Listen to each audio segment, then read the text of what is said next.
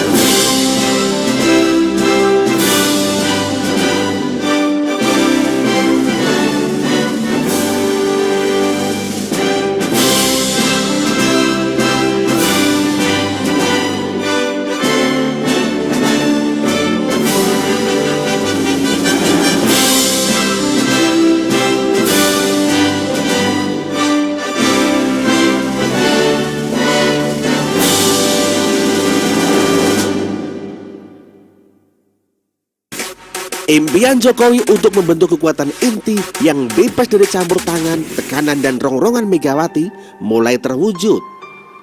Pasca kemenangan Setia Novanto dalam merebut Ketua Umum Golkar, duet maut Jokowi Luhut kini menjadi trio maut dengan masuknya Setia Novanto. Tiga kekuatan maut ini ke depan akan semakin percaya diri dalam memainkan catur kebijakan baik di pemerintahan dan DPR. Kemenangan Novanto dalam merebut posisi puncak di Golkar tidak lepas dari siasat politik sang jenderal Luhut.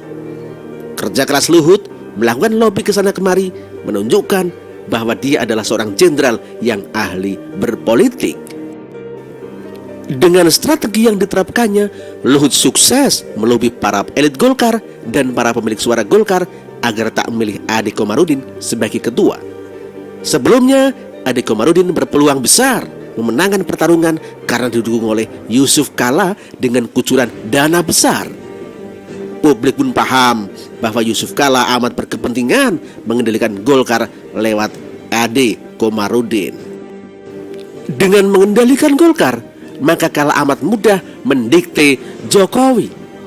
Namun, pada akhirnya Kala harus mengakui keunggulan strategi Luhut yang di belakangnya ada Jokowi. Novanto pun berhasil terpilih menjadi ketua umum Golkar yang baru. Publik pun tak habis pikir mengapa Jokowi mendorong Luhut habis-habisan bermanuver mendorong Novanto di Munaslup Golkar. Bukankah Novanto pernah mencatut nama Jokowi dalam kasus Papa minta saham? Jika Novanto menjadi ketua umum Golkar dan masuk dalam lingkar kekuasaan Jokowi, bukankah Novanto akan balas dendam kepada Jokowi karena dia pernah terdepak dari posisinya sebagai ketua DPR? Jawabannya terletak pada kenyataan bahwa hubungan antara Luhut dan Jokowi di satu pihak dengan Megawati di pihak lain sangat buruk. Hal ini karena nafsu besar Megawati yang ingin terus mendikte kebijakan Jokowi. Ini bisa dilihat dari isu reshuffle kabinet, pembubaran KPK, dan pemilihan Kapolri. Hal terakhir misalnya, PDIP menjadi partai terdepan yang tidak mendukung disahkannya undang-undang teks amnesti. Nah, jelas hal ini menjadi batu sandungan bagi Jokowi. Tarik ulur dukungan yang kerap dimainkan PDIP terhadap Jokowi membuat Jokowi terbelenggu. Jokowi di satu sisi ingin lepas dari cengkeraman Megawati, pun Jokowi ingin agar hak prerogatifnya sebagai presiden tidak diganggu apalagi diatur-atur oleh PDIP. Namun, kekuatan yang dimiliki Jokowi terutama di parlemen masih sangat lemah. Istilahnya, Jokowi ingin cepat berlari, namun justru PDIP sebagai partai pendukungnya selalu menariknya ke belakang. Itulah sebabnya Jokowi sangat menginginkan Golkar menjadi pendukung setianya. Sampai sekarang pun hubungan antara Jokowi dengan Megawati dipenuhi dengan riak-riak kecil dan bahkan kadang muncul di permukaan.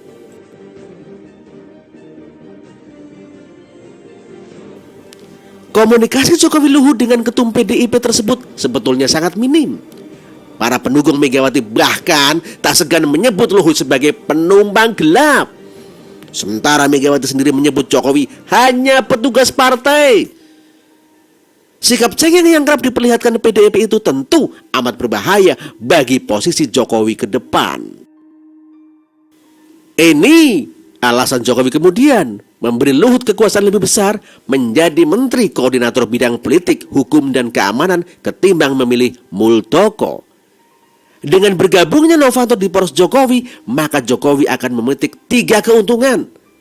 Pertama, Jokowi akan mudah mempengaruhi parlemen untuk mendukung segala kebijakannya tanpa mengharapkan PDIP. Secara hitung-hitungan matematis, jika Golkar mendukung Jokowi, maka PAN, P3 yang sudah di tangan akan serta-merta diikuti oleh PKB, Nasdem, dan Hanura. Jika demikian, maka segala kebijakan Jokowi akan mudah dieksekusi tanpa bergantung pada rongrongan Megawati. Jelas, Golkarannya Novanto lebih mudah dijinakkan ketimbang PDIP-nya Megawati. Kedua, jika Golkar telah dikendalikan oleh Novanto, maka bisa dipastikan Kala yang selama ini juga ingin mendikte Jokowi lewat Golkar Agung Laksono atau Ade Komarudin dipastikan kandas di tengah jalan. Bagi Jokowi, jika Golkar sampai dikuasai oleh kubu Kala, maka jika Golkar plus PDIP bersekutu untuk mendiktenya, maka Jokowi Luhut mati kutu. Ketiga, dengan adanya dukungan Golkar, maka peluang untuk kembali mencalonkan diri menjadi capres pada tahun 2019 mendatang semakin terbuka lebar. Apalagi Novanto sudah jauh-jauh hari menyatakan bahwa akan mendukung Jokowi sebagai capres tahun 2019 mendatang. Bisa dipastikan Jokowi dari Golkar sudah bisa diminimalisirkan dalam Pilpres 2019 mendatang. Alasannya, Novanto yang popularitasnya sangat rendah akibat kasus Papa Minta Saham menjadi tidak mungkin menjadi capres dari Golkar. Bisa jadi Novanto berharap dalam Pilpres mendatang karena tidak ada tokoh yang andalan, akhirnya Golkar melamar Jokowi agar menjadi kadernya sebelum dimajukan sebagai capres. Ini bisa saja terjadi hubungan Jokowi PDIP semakin buruk. Tentu dukungan yang diperoleh Jokowi dari Novanto tidak dilakukan tanpa pamrih. Jelas tidak ada makan siang gratis. Sebagai seorang pengusaha, Novanto yang juga belakangnya ada Ical jelas tetap membutuhkan Golkar sekaligus Jokowi untuk menjadi backing politik bisnisnya. Kasus-kasus Novanto yang selama ini masih diendapkan dipastikan akan terus aman. Selain itu, Novanto akan aman dari kasus Papa Minta Saham. Tentu tujuan lainnya adalah Novanto akan mencoba menebengkan Golkar pada popularitas Jokowi ke depannya. Bagi Luhut sendiri, Jokowi adalah sosok yang paling tepat untuk menjadi Presiden RI untuk periode berikutnya. Antara Luhut dan Jokowi terlihat sudah saling memahami pribadi masing-masing dalam menjalankan roda pemerintahan. Maklumlah, keduanya sudah lama menjadi rekan bisnis sebelumnya. Luhut adalah bos Toba Sejahtera Group. Putra sulung Jokowi, Gibran Rakabuming, adalah Presiden Direktur PT Rakabu Sejahtera, salah satu wood based industri berorientasi ekspor dengan pasar utama Amerika Serikat. Toba Sejahtera kini memiliki sebagian saham Rakabu. Dengan dasar kepentingan tersebut, maka jelas tak ada yang aneh bila ke depan Luhut dan Novanto akan bahu-membahu mengagulkan Jokowi menjadi capres 2019. Ke depan, poros kekuatan baru ini akan mulai unjuk gigi dalam pemilihan Kapolri yang baru. PDIP yang ngotot menjadikan Budi Gunawan sebagai Kapolri akan dengan mudah dijegal oleh poros kekuatan baru ini.